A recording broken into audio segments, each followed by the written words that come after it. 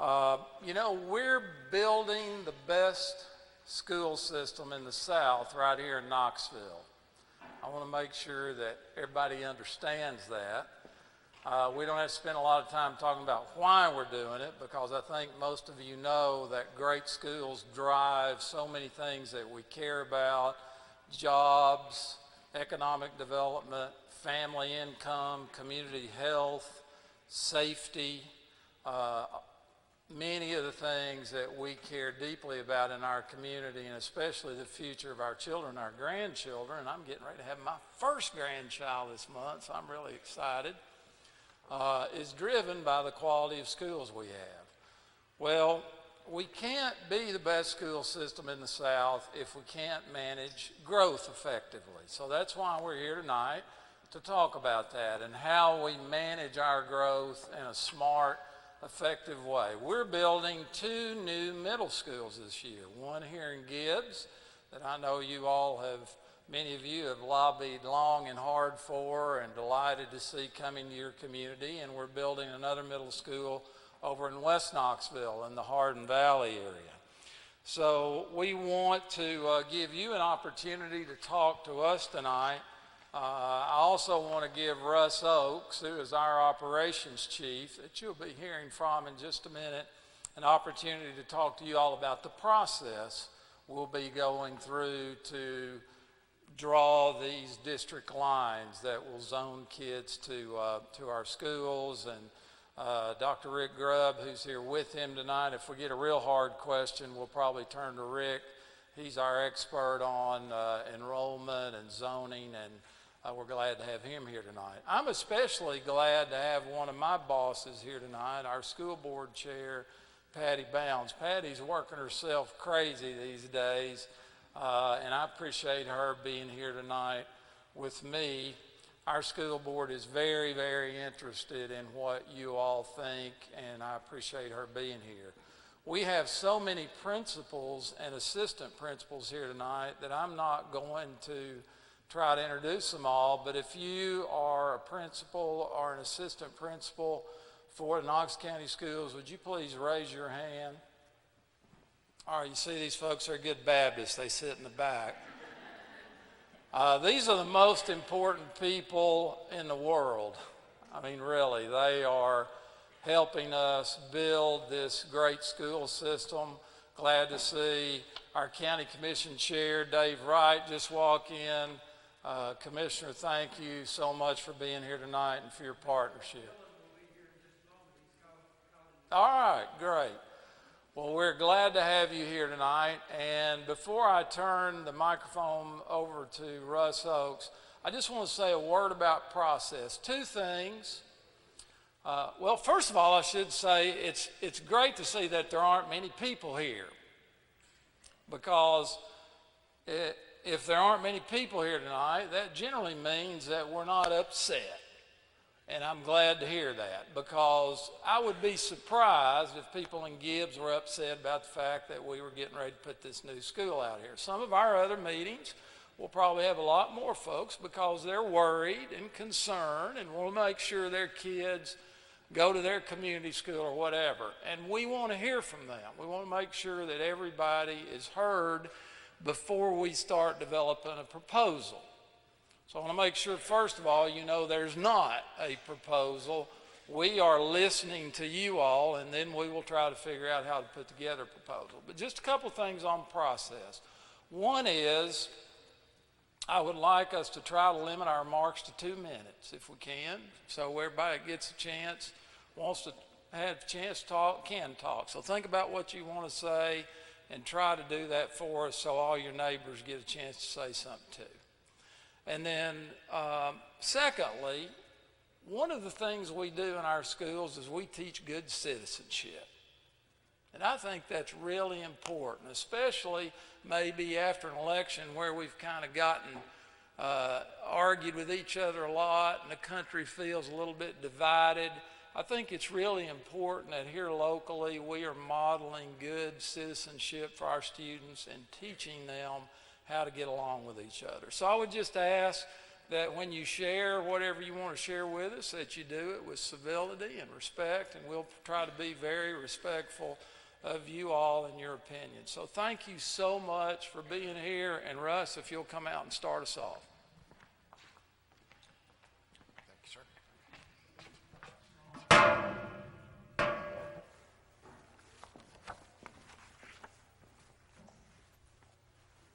You got me there, Jessica? Okay. Let me get my file out of your way. It's right here. Okay, thank you. Well, like Mr. Thomas said, we're building 2 middle schools, and that's no secret to you all, one in Hardin Valley and one on the hill here behind us. They're both scheduled to open in August of 2018, so about 19 months from now. And we're building them for twofold.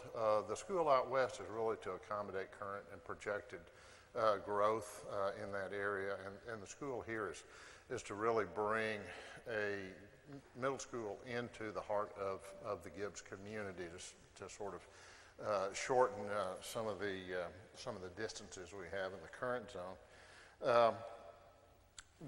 But before we can do any of that, we have to go, or before we can put any kids in those schools, we have to go through a zoning process, and we'll have to pull students from other schools and present a plan for the board and let the board vote on that and approve that. And we're going through a process right now for that, and this is really for us to tell you what our considerations are and let you all talk to us about what you think our considerations need to be or should be as we look at and develop the school zones. That's a picture of what we're building up on the hill behind us here, Gibbs Middle School. That's a 600 student school. It's got 51 classrooms in it. We're going to have 51 classrooms in it. It's going to be about 141,000 square feet. It'll have an auditorium that'll seat 600 students and a gymnasium that'll seat about 800 students when it's all said and done in August of 18. A little bit about how we develop school zones and the things that we look at when we pull a zone together. One of the things that we have to look at is growth. And we have an agreement with the Metropolitan Planning Commission where they annually provide us population projections for the different areas in the county. And when we go through and we begin the process of developing school zones, or we look where we've got population growth, we take their population estimates and we work those with what our enrollment numbers are. And we use those to do enrollment projections for our various schools around the county and what we think our enrollment numbers are going to be. And from that, we'll begin the process of designing a school zone that we can recommend to the board. Now, when we start pulling all that together, we have to look at several different considerations, and that's these right here. We have to look at the capacity of the various schools that are involved in the process. And because we want to try to keep the schools under capacity if we can, so that there's always the ability to grow a little bit or to flex a little bit if we can. We don't want to push it right to capacity if we can help it. Transportation is also a concern to us as we look at it. And what do the road networks look like? Can we get buses in and out? The parent responsibility zones as well are something that we look at. I'm sure you all understand that in Knox County we have within a certain distance of our schools we don't provide transportation. For elementary schools that's within a mile, and for middle and high schools that's a mile and a half. When we develop school zones, we want to try not to zone one school into another school's parent responsibility zone. That's not always possible, and we've got some areas in the county where that is not in fact the case, but we want to consider that when we start that process. The other thing that is really challenging for us that we have very little control over, other two things, is geographic and man-made obstacles. We have the great privilege here in Knox County of having a series of ridge lines that run through the county from the southwest to the northeast, and we've got a couple of rivers that come together right here in the county, and you can't cross those things just anywhere. And we have to look at how we draw our zone lines and how we're going to get transportation networks through those obstacles so that we're not driving kids past one school to get to another school. And sometimes we find ourselves in that situation because the geography of the county, the lay of the land, doesn't line up very well with the lay of the facilities as we've built them over the last 100 years. The man-made obstacles, generally when we talk about that, the kind of things that we're looking at on that are interstate highways and railroad lines. And you know, a great example is we've got railroad lines around the county where we've got underpasses, or our roads go in under the underpass, but the underpass is not deep enough to get a bus through. So we have to route all the way around that. So those are challenges for us, and you can't just cross those things any place. And then finally, what we like to try to consider and like to try to ensure that we're moving toward are congruent school zones, congruent middle school and high school zones. What does that mean? That means that we have students progressing as a group from one school to another school as much as possible, so that we don't create situations where we've got 8, 10, 20 kids from one middle school going to another high school. We want to make sure that we've got a large enough group so that when the kids move, they move with a peer group. There's people there that they know. And is that always possible? No, we've got exceptions to that around the county, but we want to try to work to ensure that we don't create those situations if we can help it. And as we go through the process, if we identify those situations, we want to try to fix it if we can. Well, what's our timeline to do all of this? Well, we're engaged in the first part of this right now. Between now and the end of January, we want to gather input from the community. We did a meeting last week. We're doing this meeting now. We've got 4 scheduled in January that we're going to do to gather input from the community, from you all. Then in between December and February, we'll sort of formulate a tentative plan, and then bring that back to the community in March and April to say, here's what we're thinking. What do y'all think about this?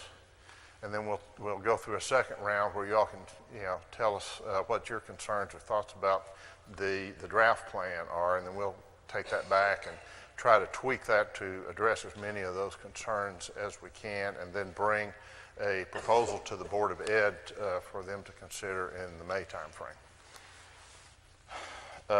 And that will allow us then to really have these school zones in place more than a year in advance of the school's opening, to give everybody some time to sort of think about it and determine what your options are and what you want to do with respect to what the zones are.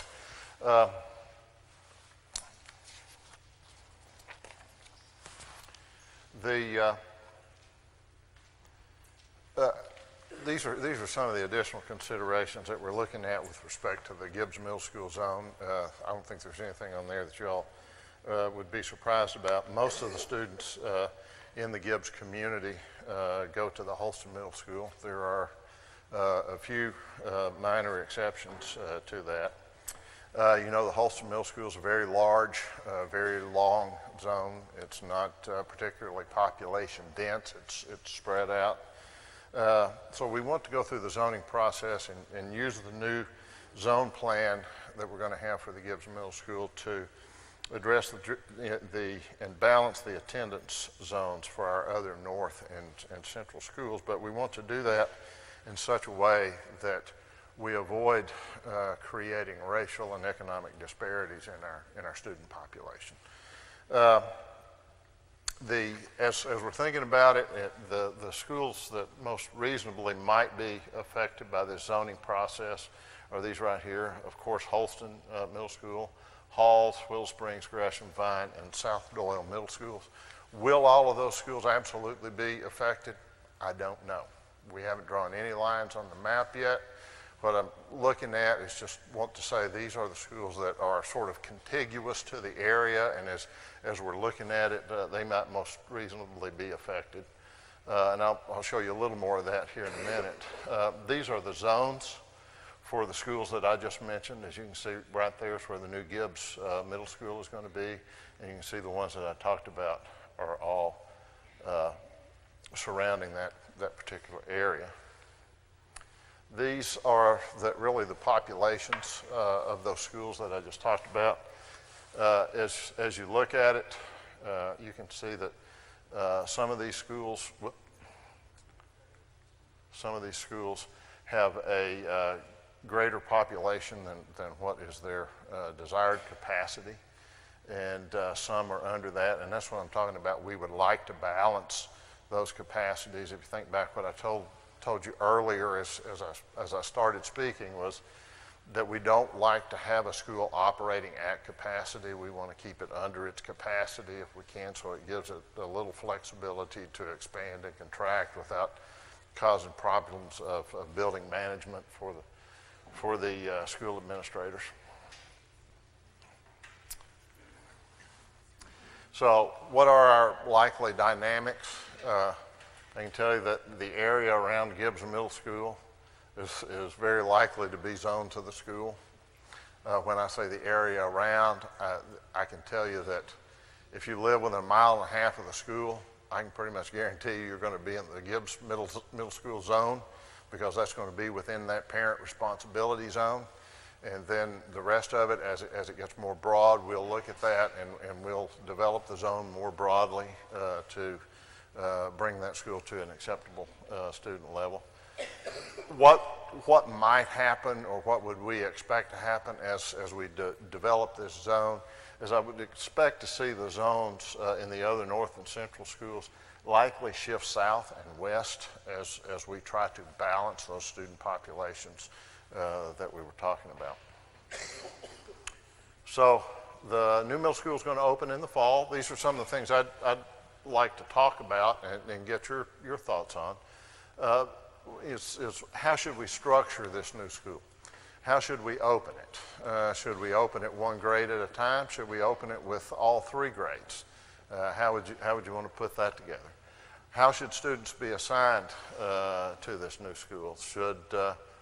Should some students be grandfathered? For example, should rising 8th graders be given the option to finish their middle school studies at the school that they're in that year, so that they don't have to change schools after spending so much time at a particular school? Another consideration in that assignment or the grandfathering, and people have suggested to us, is consider sibling grandfather. So if I have an 8th grader, I don't wind up with students in 2 different schools, and that's something that the board has considered positively in the past.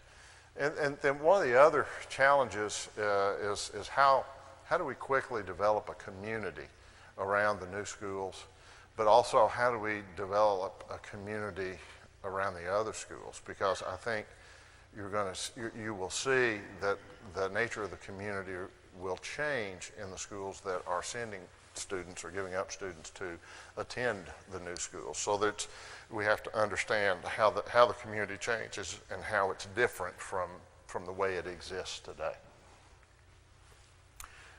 So that's sort of the process in a nutshell, and some of the things that we think about. What I'd like to do now is take some time and let you all tell us what we need to be thinking about that we forgot to think about, or what we're thinking about, what you consider to be of greatest importance that we consider, or how we should weight these things as we consider developing the zones for the new schools. And we got a couple of folks here with microphones, and I would ask that if you've got a comment or a question, just raise your hand. They'll come around to you. And if you use the mic, we can all hear the question. But more than that, we're streaming this on the website and on our community access TV channel, so the folks that aren't here can hear you as well.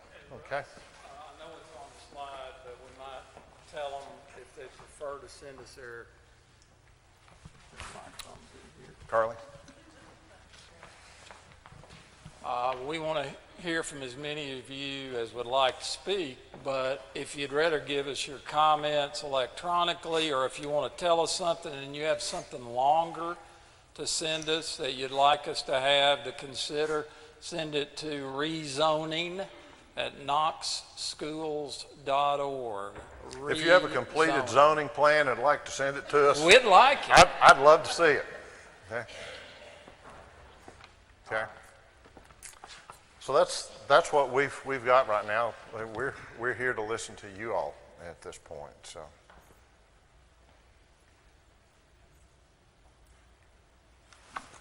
Listen. There you go.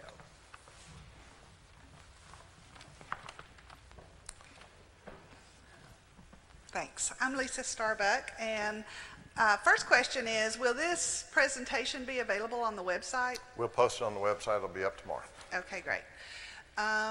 Second thing would be, most of the people that I've talked to, one of the things that's very important to them is community and making sure that their children attend a community school.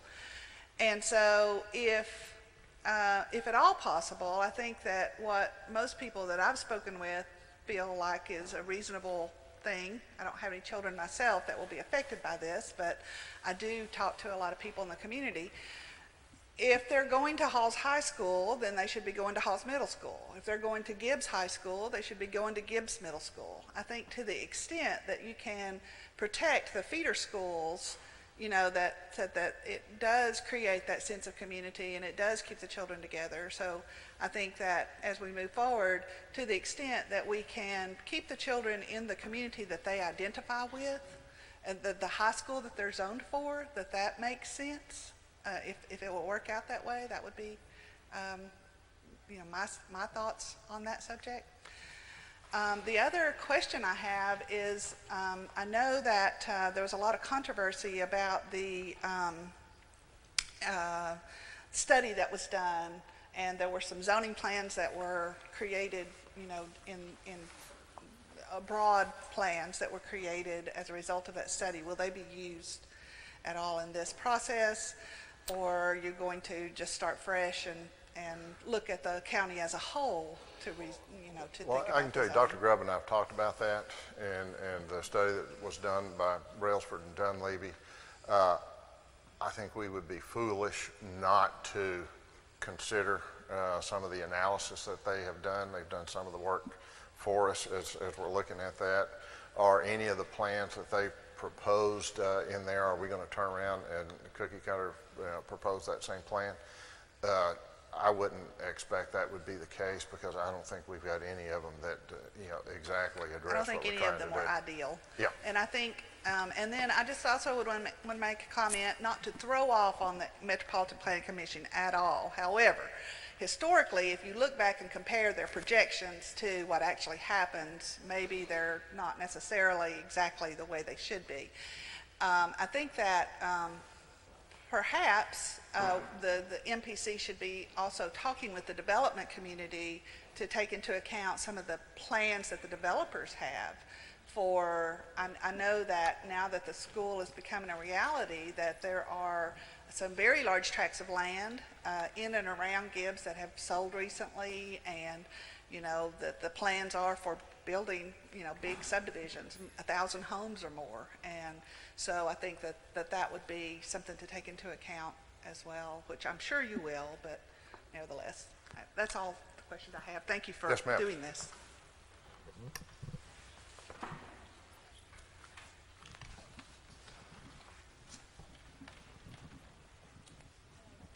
My concern is in reference to I'm representing the East Knoxville area, and I have an after-school program in the East Knoxville area.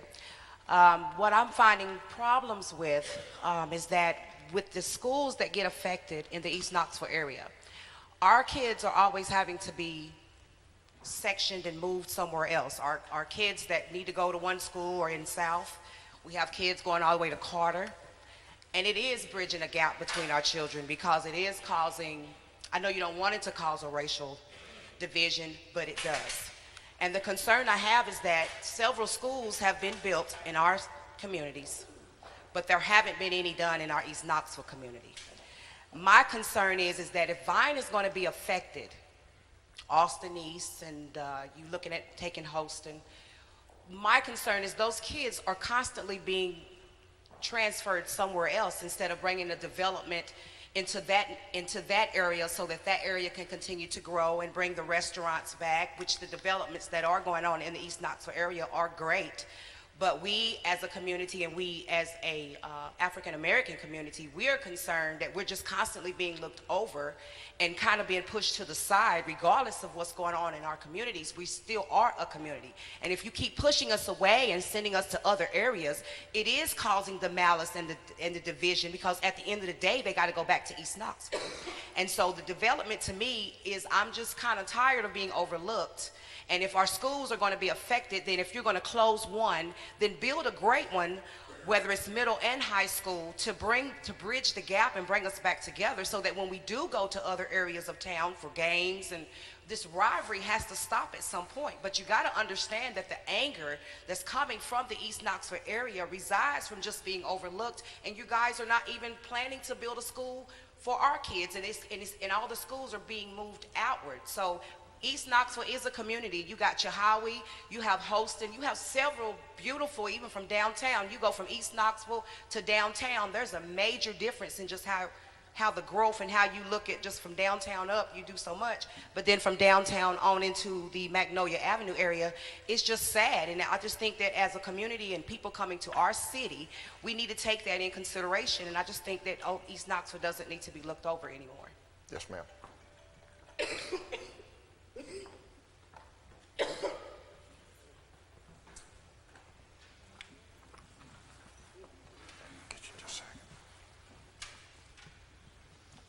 Thank you. I came with some prepared comments, so I'll read them. Surely. I'm Louise Gornflow, Director of the Tennessee Interfaith Power and Light, and I thank you for the opportunity to make a few comments this evening. We all want the same for our children, a good life filled with well-being, joy, love, and accomplishment. Knowing that education creates opportunities for such a life, parents and communities want their children to have the best possible education. We all want the same. The problem here is not a conflict between the Gibbs community and the East Knoxville African American community, because both communities want the same for their children. We are here tonight because the school board yielded to pressure and knowingly ignored its principle to base decisions for new school construction on student capacity. In that process, the school board arbitrarily benefited one community and harmed another. What makes this crisis even more egregious is that we know that the harmed community has a legacy of unjust treatment. For centuries, African Americans in Knoxville have received a second-rate education, a good enough education. The school board should know that its decision to arbitrarily build the new Gibbs Middle School is not water under the bridge, but further contamination of the trust between the African Americans and Euro-Americans. The school board created this injustice by favoring one group over another and has made it worse by ignoring pleas to right its wrong. Yet, the school board still has the power to resolve this problem. First, like any responsible adult who has erred, the school board needs to admit and made a mistake, and then it needs to make amends to those harmed by its mistake.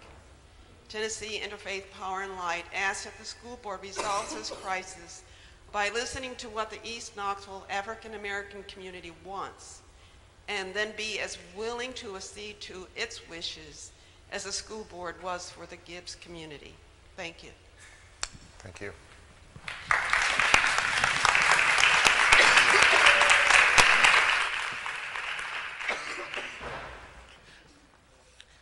When my husband, this is the first time I've ever been to Gibbs, and on our way, I was telling my husband, I said, well, I see why they want a school put in this community. I said, because it's a long ways out. And so I understand you all, and I know that would be a good thing. However, my complaint is that I don't have anything against a new school being built for Gibbs community. I do have a problem that we don't have new schools built in our community.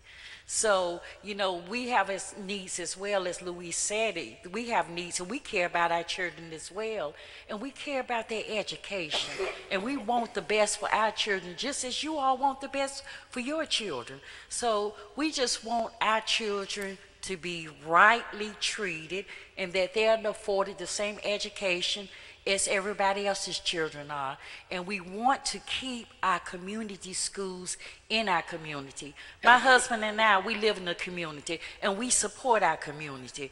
And I don't have children in school, but all the children in the community are my children, because I do believe that it takes a village to raise children, and we want to keep our village so we can raise our children as well. Thank you. Thank you.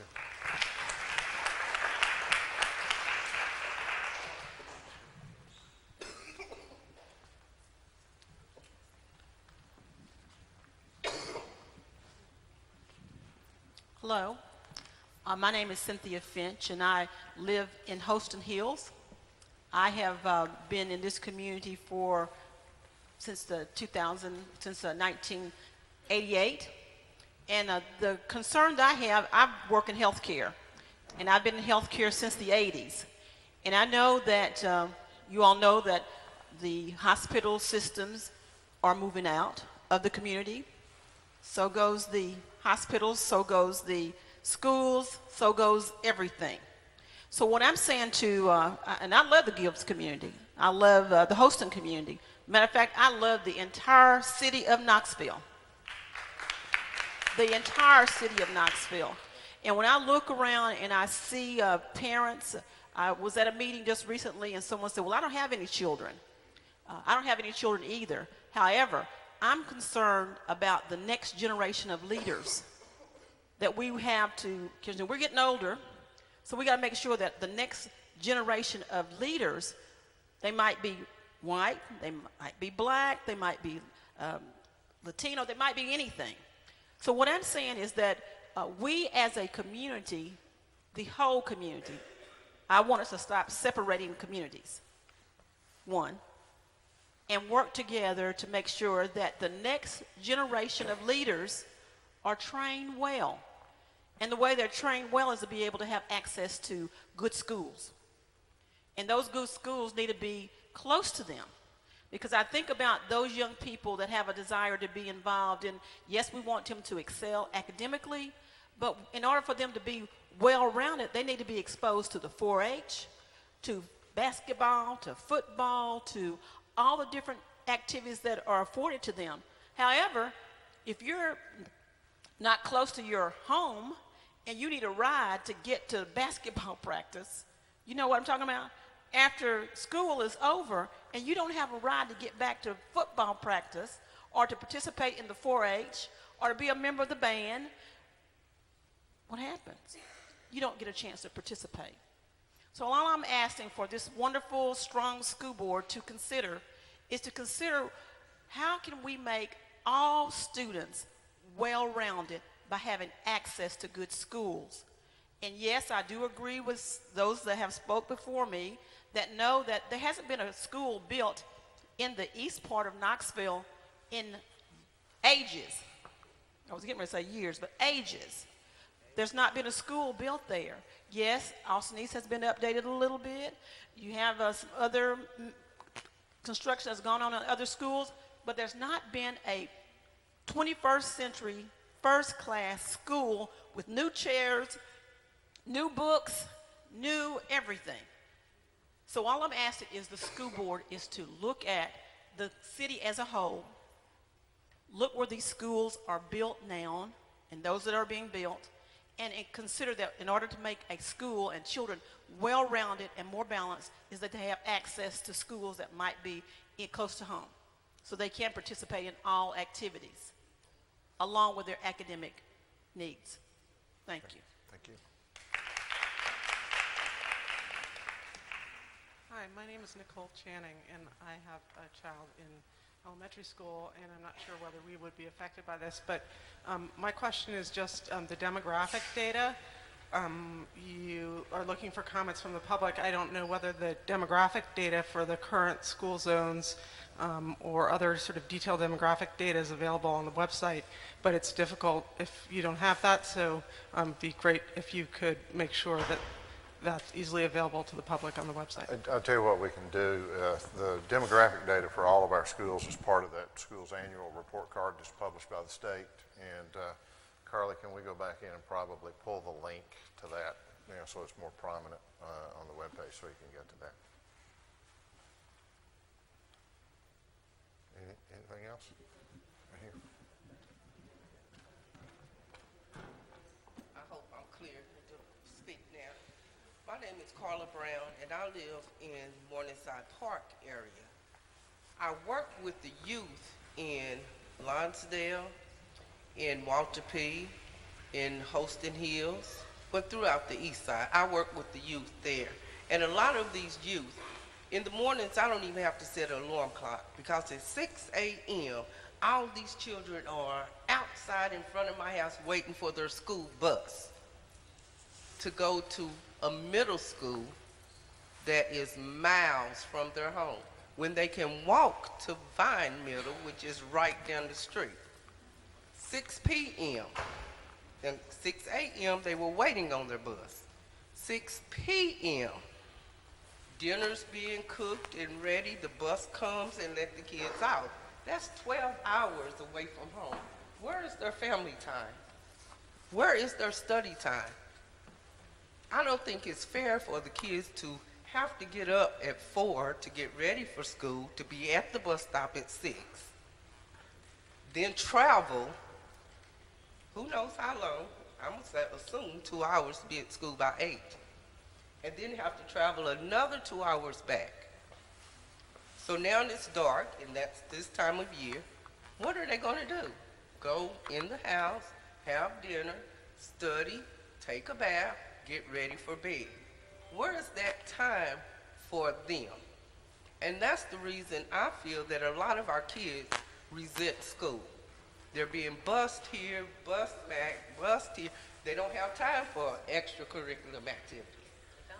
When we pick up the kids for activities, it has to be on a Saturday. They can't go to Bible study. They can't do anything during the week other than their 12-hour school day. I don't think it's fair for anybody's child. We need to have updated schools in all areas, schools that children can walk to school. I remember walking to school in the snow. I went to Rule High School, Beardsley, Lonsdale.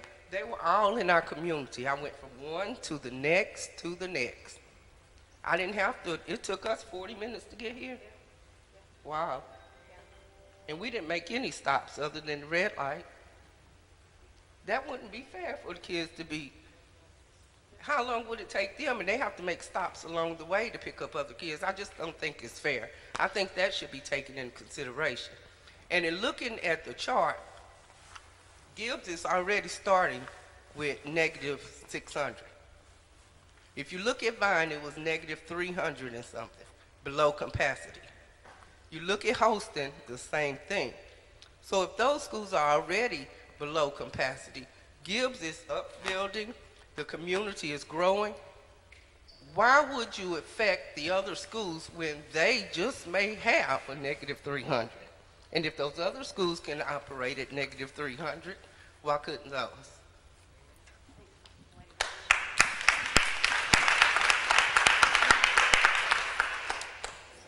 Good evening, everyone. My name is Deborah Porter, and I live in the Gibbs community. I live right here. I don't have any children in the school system. I do have a grandson, but he's not middle school age yet. And the reason that I am here, a couple of reasons. One, I'm the first vice president of NAACP. But the second reason is that I have always been concerned about our children and their education. That is nothing new. I've run for school board before. I've been involved in all types of school activities. But the main thing for me is our children and their education, as Ms. Finch said earlier. And one of the things that I hate to bring up negative things, but I think about the children that were being bused from one school home in the Chattanooga community just a couple of weeks ago, and some were, of course, killed in that bus accident. And what bothered me is that the same thing that happened to our schools here in Knoxville when the Knoxville City School system closed a lot of the inner city schools was the same thing that happened in Chattanooga. Those kids were being bused from Woodlawn to home in their communities, and of course the accident happened. That's what I'm with Miss Carla here. That's what really bothers me, when children that live right in a community, and I'm going to use South Doyle as an example. When my nephew was living right there in Townview Apartments, right in front of Vine Middle School, and was bused all the way to South Doyle Middle. Now, just so happened, you know, it was a good thing for him, because he went on to South Doyle High School and was a star athlete in the whole 9 yards. But the point is that he was right in front of Vine Middle School. And of course, he did not get to go there. The same thing, I'm a product of public school. So I went to Chancellor Elementary, Beardsley, didn't want to go to rural, so I went to Austin East until my family moved back to East Knoxville. But community schools are very important. We're not trying to segregate our kids again. That's not the answer by any means. And I realize where people's heads are concerning some of this. However, we want the best schools for our children as well, as I think I heard Pastor Donna say earlier.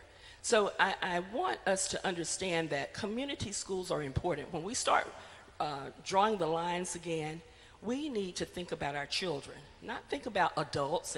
But when these babies are 5 years old and they get on that bus traveling to Dogwood Elementary from East Knoxville, we don't know how long the ride is. I mean, it's long for me just to drive there.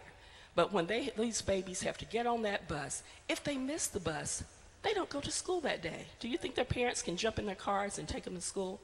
Probably not. So I really want us to consider, when we start redrawing those lines, consider these babies. That's the biggest thing. I mean, adults they have cars, we can get them here and there.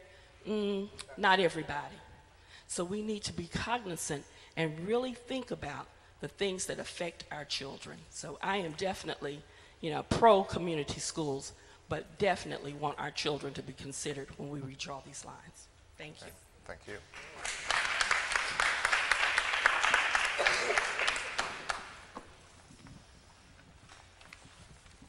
I'm John Butler, and I'm the president of NAACP, Knoxville branch NAACP, and I am the author of the OCR complaint. And each time I've spoken public about it, I said up front, I'm not against the Gibbs Community School, because I believe the Gibbs community wants the same thing that every community wants, and that is a state-of-the-arts, 21st century curriculum, excellent teacher and administrative school in their neighborhood. And so, as my wife has already told you, our ride out here was a long one. It was a little longer because I missed a couple of turns. But one of the things I thought about is that how long the Gibbs Community middle schoolers has to ride a bus to get to Holston. Amen? And I heard Gibbs at more than one public meeting say that. One of the things I want you to know, that we hear you, we don't disagree with you, because in the community where I pastor, Mechanicsville, Beaumont, Western Heights, Lonsdale, when any of these kids get out of elementary school, whatever elementary school they go to, they never stop riding the bus out of their community until they graduate from high school. They go to several different middle schools, and they go to several different high schools. Kids that live right across the street from one another go to different middle school and different high schools. That community has been divided up to fill the capacity and meet the diversity for the Knox County schools. And what we're simply saying is, let's treat everybody with equity. Let's treat everybody with equity. We need neighborhood schools in predominantly African American communities that meet the needs of our kids. We need to rezone elementary, middle school, and high school. And we need to have state-of-the-art buildings, 21st century curriculum, and excellent teachers and administration. Sure.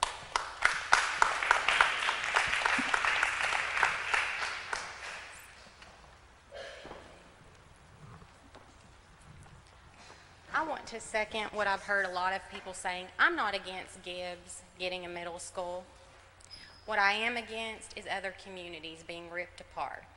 And I'm going to speak on behalf of Fountain City and a child that I have in Fountain City.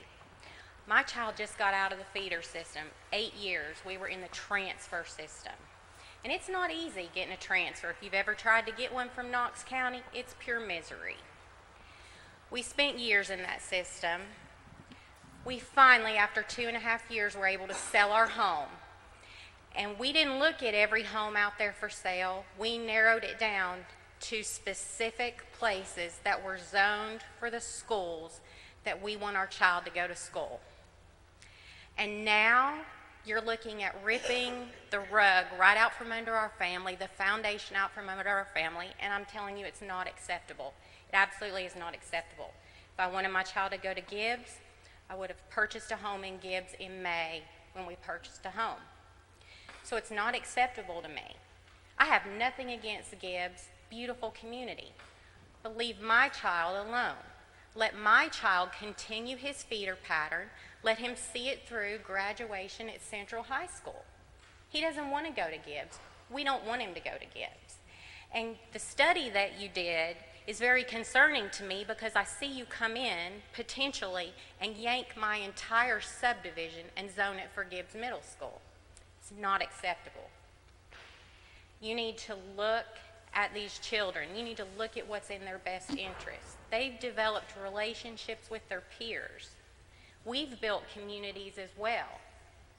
Gibbs can have their school, but it shouldn't affect our kids. And if we had known that, I would have shown up to speak out earlier. But see, it never occurred to me that my Fountain City school could be affected by Gibbs. So I think that you really need to look at that, and you need to listen to parents, and you need to do what's right by our kids. I understand wanting to do what's right by Gibbs, but don't tear apart my community to do that. Don't wrong my community to right the Gibbs community. Thank you.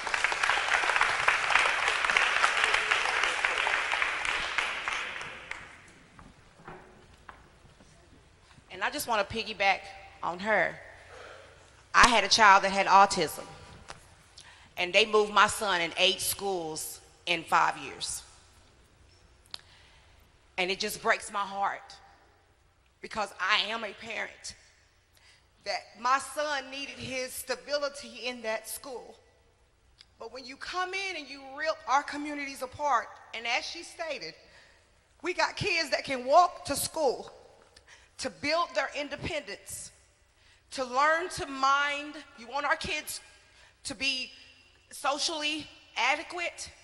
Well, they need to stay in their communities. They go to ball games. We have to interact with one another when we have games. That's why we have games in football and track. We get that interaction. I was a cheerleader, but I went to Vine. They closed Park Lowry when I was in school. They closed Park Junior. You know, we went through this probably 30 years ago. But the point I'm making is that we have kids that have special needs. And every time you move these kids, they change medicines.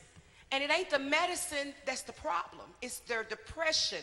It's their withdrawal. It's because they go somewhere and they're totally new. And if they are special needs, they're not treated the same, number one. And number two, they're having to rebuild a relationship with kids that don't know them after they've worked so hard. And now my son is 17 because he was told he would never talk. He would be autistic, ADHD, language impaired. And I'm telling your school system, y'all move these children too much. And my son gave up.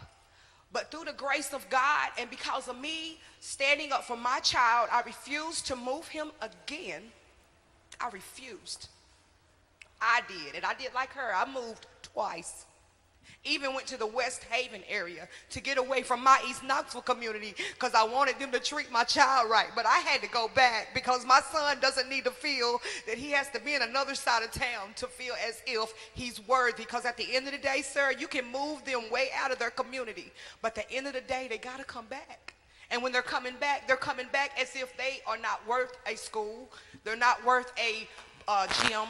They're closing recreations, they're closing parks. Our kids can't play basketball. So what are they supposed to do? And all I'm saying is just please listen to us and don't allow our children to be broken apart, because you're affecting a lot of people's children who have special needs, and they are not listening to us. They're changing our kids' medicine, and it's not the medicine. It's just they are just tired of being flip-flopped, and they go through so many emotional patterns. But I had to take my child off that medicine, and now he's 17, he's at Fulton, he's a 10th grader, and I'm proud to say he is no longer autistic, he is not ADHD, because I fought for my child, and that's what we have to do. And I thank you just for your courage to say, please just don't rip our communities apart anymore. Okay. Thank you.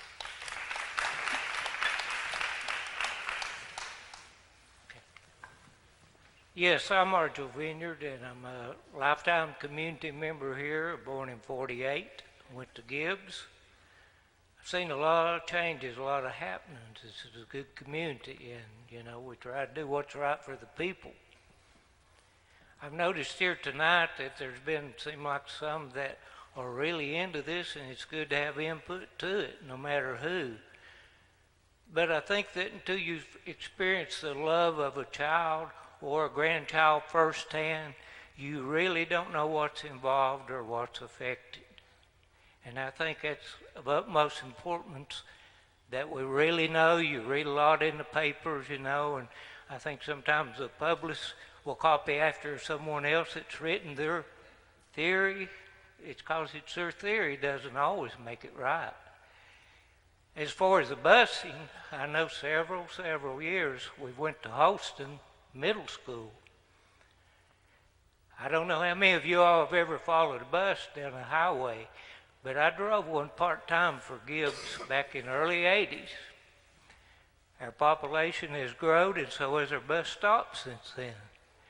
That puts us on a tighter schedule. Yeah, your child may have to wait a little longer, but think of what's involved, not just maybe cost statistics. Back when I drove, we had to mostly run way over what the posted county and state speed limits are, just to make sure that class was in their classroom on time.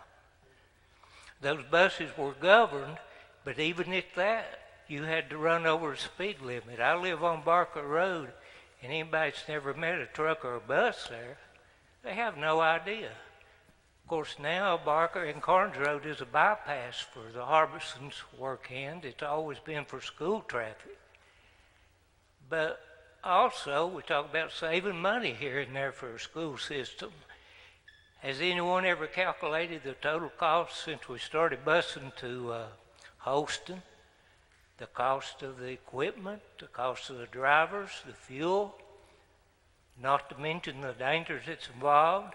And I know some children get up at 6 o'clock, to catch a bus. Our children here at Gibbs have lived there all their life. They have to get up early also to be a Holston. So I think it's going to take us all looking at the facts, not just reading them, but looking firsthand. And like I say, until you have your own children or grandchildren seeing the love of God in them, you need to really look at the whole picture. Thank you. Thank you.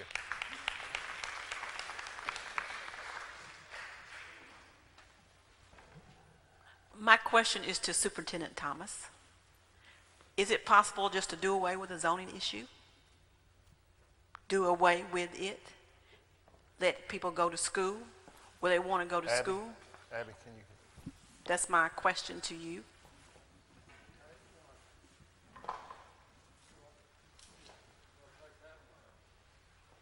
Yeah, I'll answer the question.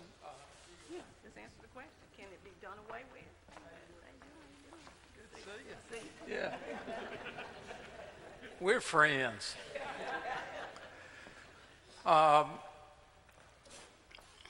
So, probably not possible to do away with zoning completely. I don't know if you realize this, but we do have parental choice in Knox County. And so, yeah, we do. If we've got room in a school, we will let you transfer into that school, which is not many school districts do that. And one of the things I've heard tonight is that it's not as easy as I may think it is. I see it, right? So transfers can be challenging, and sometimes there's not space. But what I hear tonight is not so much that we should do away with all school zones, which I bet we can't manage. We'd have some schools way overstaffed and one school's way understaffed. But what I have heard loud and clear time after time after time after time tonight, whether you're from East Knoxville or Gibbs or wherever, is that you want a great community school. That whether, and you're tired of having to put your children on buses and send them off to other schools, that what you would love to be able to do is get easily to a very fine school in your neighborhoods. And by the way, we've had a lot of great public officials walk in since we started. I'm staring at one of them right here, Gloria Deathridge. I'm seeing several in the back of the room, Mike McMillan, Jennifer Owen, Commissioner Evelyn Gills here somewhere. I saw her come in, former Commissioner Larry Smith's here. So we got a lot of public officials here that have showed up tonight. Mike, who you pointing at? Yeah, I introduced Dave earlier. I don't want to introduce him twice. But so we don't have a proposal right now. We're just listening. And I hear what you're saying, that it would be great if people would just send their kids absolutely anywhere they wanted to go. But then you've got to figure out how you do transportation for that, which gets pretty out of hand. And then there are no parental responsibility zones, which would immediately raise our transportation costs by, what is it? Over $2 million. Over $2 million. Right now we've got a $4 million deficit because of anticipated health care costs. State said it's going to go up 6% next year. Well, it went up over 12%. So I don't think we will be able to do that, but I do think it is an attainable goal to, number one, try to have a great school in every community. Number two, try to not tear families apart. Several of you have said, don't tear my family apart.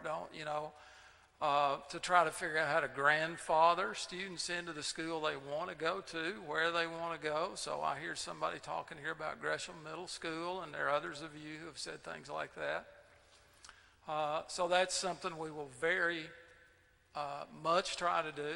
Another thing that I have heard is you would like our zones between middle and high school to be as congruent as possible. To line up as closely as possible. It won't be possible to get them exactly the same because we have more middle schools than we have high schools. For example, we have a Cedar Bluff Middle School, but we don't have a Cedar Bluff High School. We have a Holston Middle School. We don't have a Holston High School anymore. But we will do the best we can to do that. So thank you. I had a couple of follow-ups. One was, somebody just pointed out to me that the data that you say is in the annual report is in like 140 different documents or something, and the demographic data, different pages, and it would be really useful if you could make available the same kind of demographic data that you're using, that's in a shape that is easy for the public to use, as opposed to putting the onus on the public to compile all that data. It's already been compiled. We access it through the state, but we can But if you could somehow make that available to the public, that What would I'm be. hearing is you want a separate report that just shows all the demographics. Just give us the data for the demographics so that people can really think about what you're talking about. And then the second comment I wanted to make following up on this lady's comments here is I'm a parent also of a special needs child, and it's a matter of concern for me too, transferring schools. And I think that when you do this kind of thing, you might take special care for special needs and consider the possibility of whether those children might have additional choices to try to stick with friends or whatever makes their life more stable, because it's a much greater burden on them than it is on the average child, I think. Thank you. I want you to know that we are also hearing that loudly and clearly, and we, on a separate track but very related, are working to implement recommendations that were made from the Disparities Task Force, and quite a few of them have to do with students with disabilities. We have just hired a new ombudsman. Is that person onboarded yet? Do you know? I don't know. Okay. I wish Missy Massey were here tonight to tell me if we actually have the person on the team yet, but we have gone through the process to post, and I believe are right at the cusp of hiring an ombudsman to represent families and students with disabilities, and we will be particularly mindful of the concerns that I've heard expressed by several of you that zoning, rezoning is jarring enough for any student, but especially for students with disabilities. Okay. Have they done a demographic plan for the East Knoxville area where you're able to close down some middle schools and high schools to build one big middle? I mean, have y'all done that type of assessment for East Knoxville? We have data from the study. You want to answer that, Russ? You know better than I do. Well, I've got it. No. Short answer is no. We haven't done that. The information is there. Yeah. The question that I asked was, were there any plans in East Knoxville, or have there ever been any plans in East Knoxville to build new schools or to look at the location where you can close some middle schools down to help with the rezoning? Can there be some middle schools that can be closed and high schools that be closed that can combine them? That way we keep them in our communities and they're able to upgrade our 21st century schools in our areas, in the East Knoxville area? We have not done anything to look at closing schools in the inner city. We talked about some of that 7 or 8 years ago, and it was not well received, and we've not gone back there since then. So do you have plans on building new schools in our East Knoxville area? That's something that would have to be down the road. Is there something on the board right now? No, no ma'am. We have hired the ombudsman for special needs children and families with special needs children, who has been an advocate for special needs kids for some time, real highly qualified. I don't know if they've announced that yet. Said I could announce it? Okay. Well, you're hearing it first. Sue Owenby, isn't it? Yeah, Sue Owenby. All right. Any other questions? Yes. Ms. Brown. One thing to say. There has been no consideration with building a new school in East Knoxville, nor in North Knoxville. Rue High and Beardsley closed down several years ago. All they have in that area is elementary schools. So those children are automatically being bused to middle schools and high schools. I would think, and I'm a graduate of Rue, 1982, Golden Bears, woohoo, okay. I had to give that in. But this is my little mind thinking that there needs to be a feeder school in the north, even if it hasn't been considered east. There needs to be some type of middle school and high school in that area, because those kids are automatically being bused. And if we bus the kids from east, north, and we're looking at south, east, and north to bus in to feed Gibbs, that's going to lower the capacity for our schools. So I'm sure in this rezoning, someone's looked at if we lower the capacity at our schools, we're going to have to close one. Because otherwise, they'll be way below capacity, and it'll cost more than that, what you say, 2 million, 4 million, to keep them open.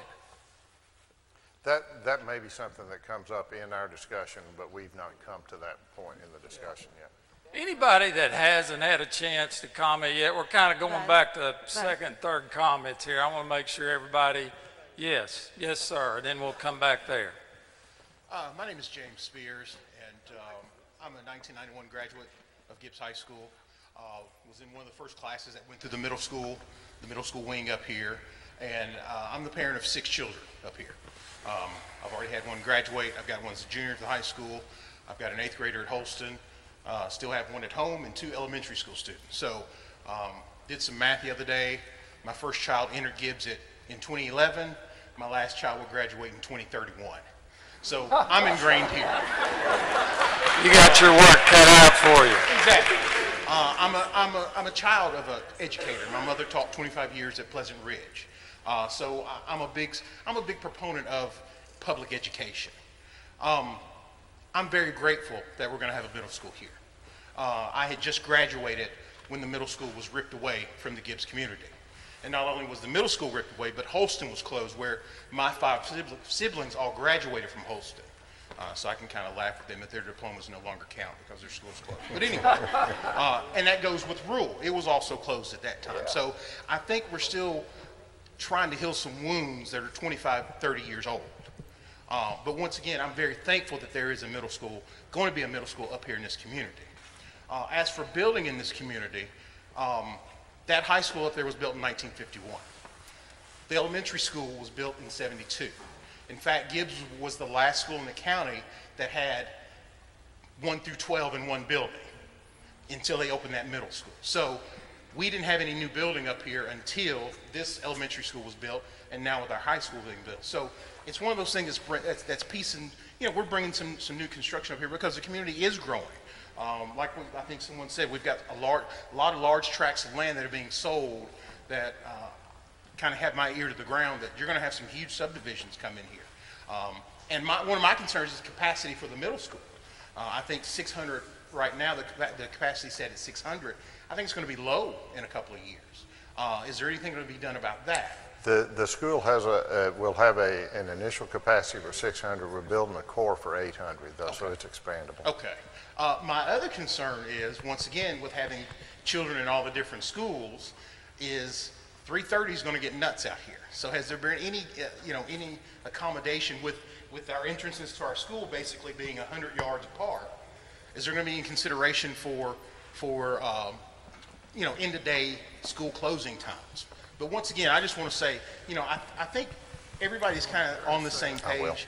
We want what's best for our kids, and I would love to be able to work with the East Knoxville community, the Central North Knox community, to work together to get schools opened up, because it was a chore for this community to get a school opened up. It was 25 years worth of grunt work, people not understanding. And I thank you for acknowledging, coming up here, you realize that it's a 40-minute drive.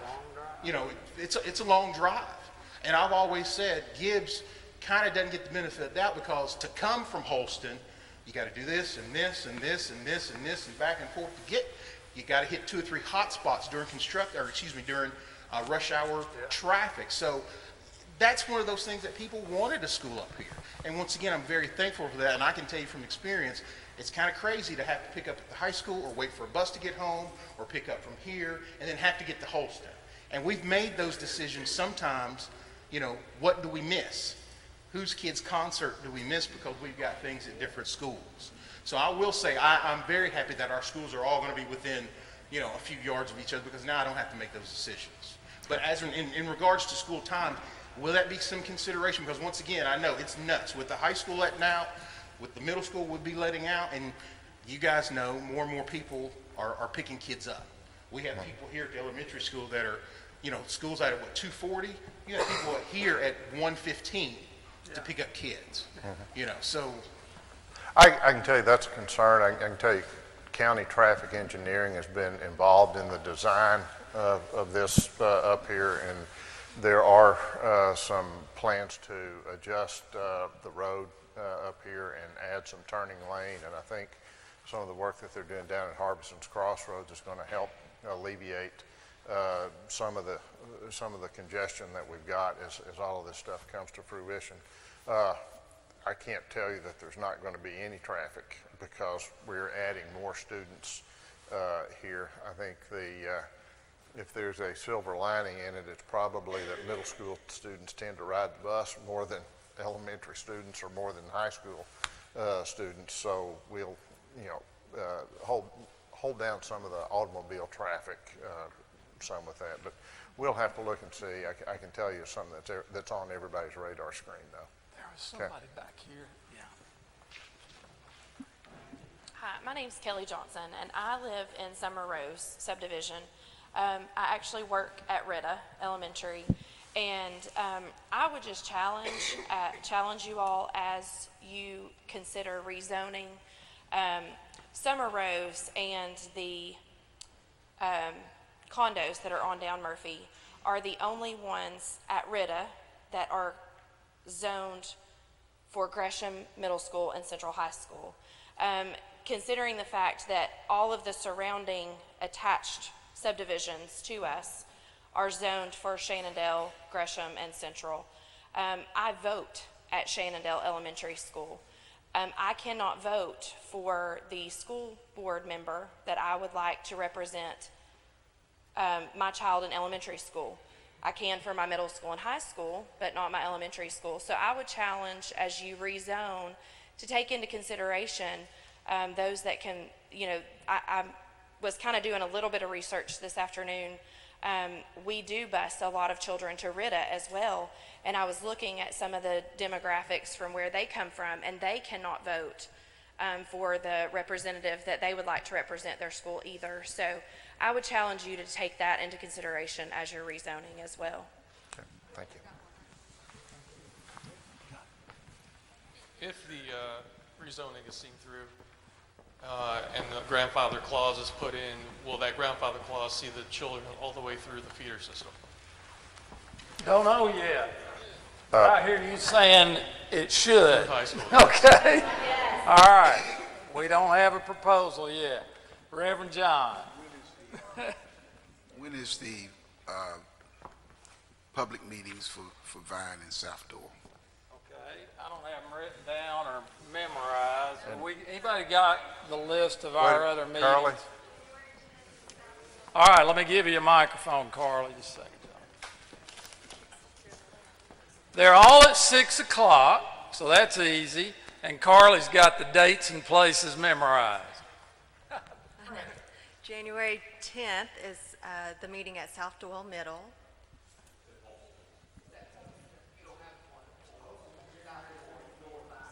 Yes, we do. January, I have my list as January 10th. Let me give you the list that we've published on the website. January 10, South Doyle Middle School. January 17, Hardin Valley Elementary School. January 24, Holston Middle School, and January 31, Vine Middle School.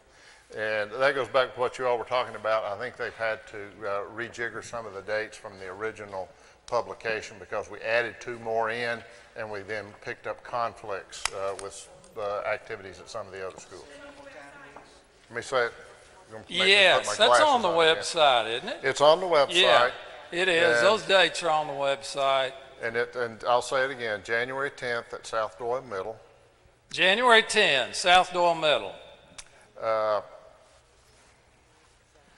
January 17th, Hardin Valley Elementary. January 24th is Holston Middle. And January 31st is at Vine Middle School. You have 2 of those on this, but you don't have the other 2. Let me also assure you of something else, because we're talking about the impact this has on students with disabilities. Any student who has a disability that is rezoned, we will do specific transition planning to support that student. I just got that from my special ed director, so that's a commitment that we are making to you right now. Somebody back here had their hand up. Yes, ma'am. I just wanted to let you know that I checked the meeting dates today. I could not find them on the website. They did not come out in any pull-down menus that were easy to find, so you need to take a look at that. Also, in the paper today, there was a statement that this was the second meeting for feedback, and the only 2 meetings that we were given, I live in Holston Hills, the only 2 meetings we were given was this one and the one on the 24th at Holston Middle. So I don't know how many people have the complete list of the meeting dates and this calendar, but I went today to look and I couldn't find anything that was specific that had a lot of the information that you had up there. So I would appreciate it, and I'm sure other people would in this room, if we could get at it easily. There's a big picture of a zoning map on our webpage at the top. Click on that, and that'll take you to all of the information associated with zoning. Yeah, the first meeting was last week, and it took place at Farragut Middle School, and it was focused on the rezone for Hardin Valley Middle School. So this is the second meeting, but this is the first meeting on the Gibbs Middle School. So that may have created some of the confusion, but we've scheduled 6 meetings. This is the second one. Other people that haven't had a chance to speak? Yes.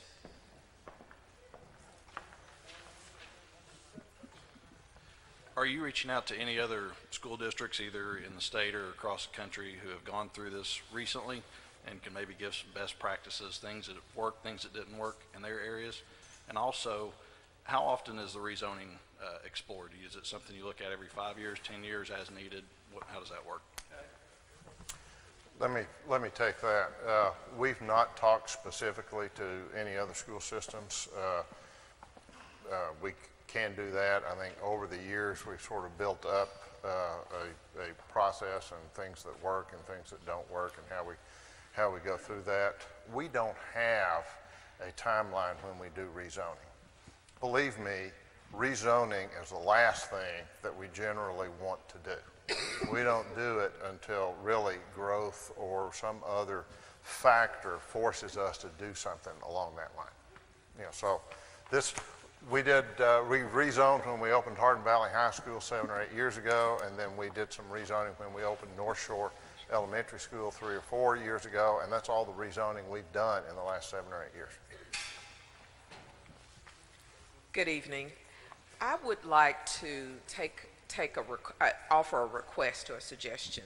As we look at the 14 schools that are in the first district, which is the district I represent, we probably need a community conversation around those 14 schools and their impact and how they are better integrated into the school setting. Because we're trying to continuously do a piecemeal job of elementary and middle schools in the first district. Really, we don't have a comprehensive plan to take a look at what needs to take place. And I think some of those issues will then begin to look at how we can have a framework to deal with some of the issues in the first district. And that would go a long way in terms of a community conversation about what should occur. Because this piecemeal approach is going to end up with some real severe issues within the community as we look at a community concept for the first district and the impact it has upon those families. Thank you, Commissioner. Question? Just one follow-up on what you just said a minute ago about transition planning for special needs. And I just want to make clear that transition planning isn't the same thing as allowing a student to stay put someplace. And I just want to make sure that special consideration is given so that the kind of situation she described doesn't develop, and that just in general the notion of a special needs child, particularly one with social skills issues, maybe stays with their friends, doesn't have huge long rides and stuff, is considered. Thanks. Thank you. Other folks that haven't had a chance to speak? Yes.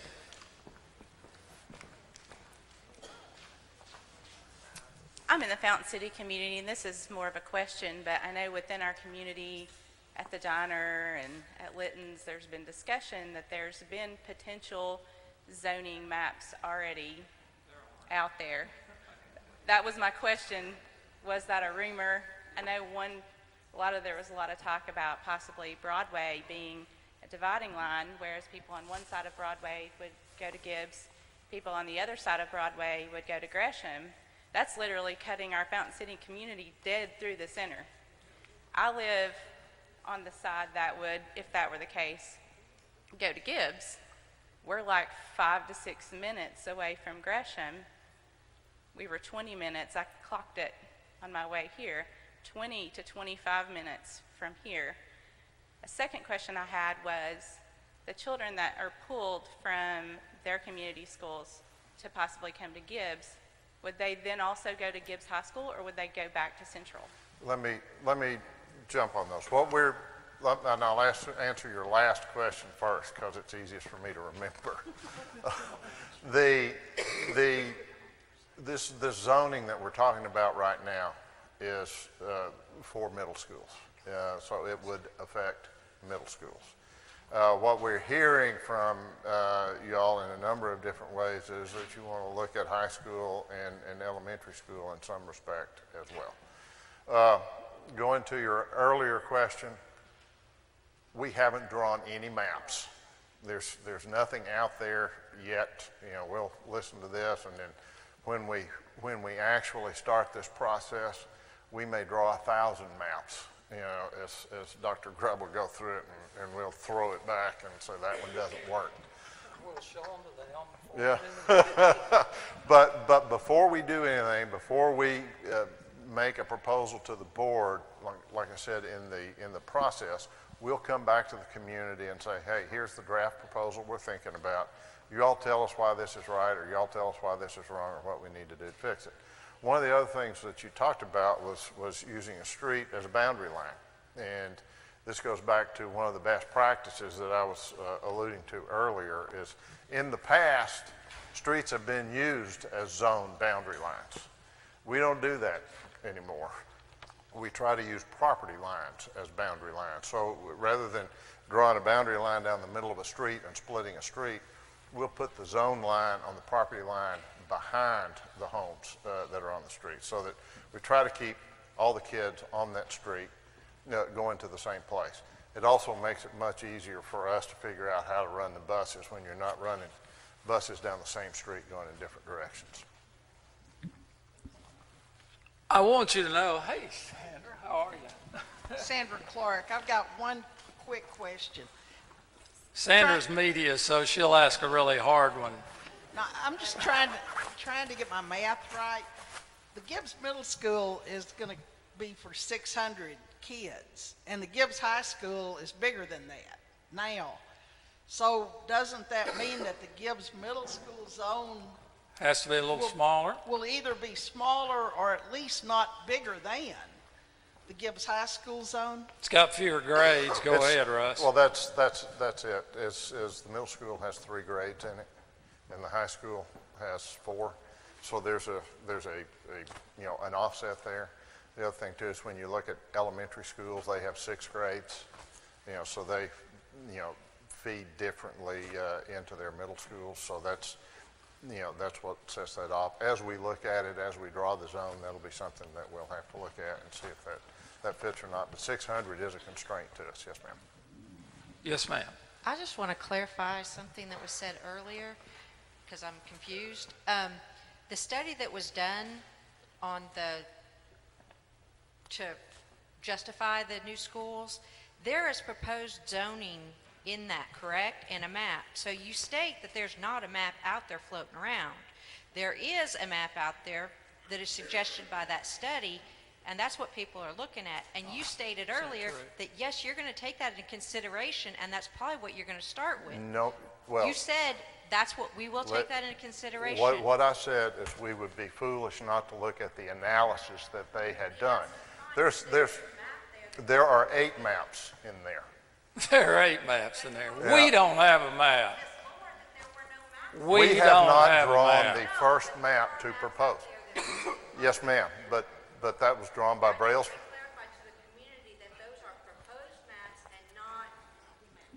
Okay. Those are not even proposed maps. Those are maps that came to us. Yes, ma'am. All right. Okay. No. Thank you for Yep. Thank Okay. you for advising us on that, and we will do that to clarify that any of those maps that were in that consulting report are not our maps and not our proposal. I promise you that. Yes. In order to get feedback from us, when's the latest date that we can send emails or comments so you can hear us? All right, great. This is a good wrap it up final question because several of you all are,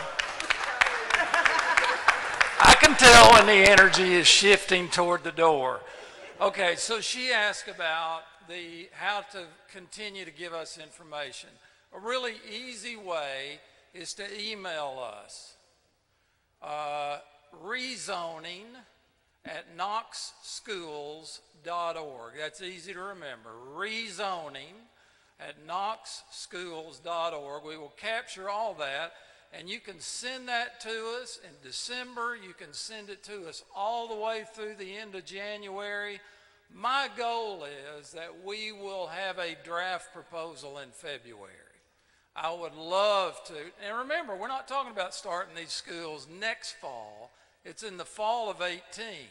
So we're wanting to present something to our Board of Education in May that would actually go into effect about 15 months later.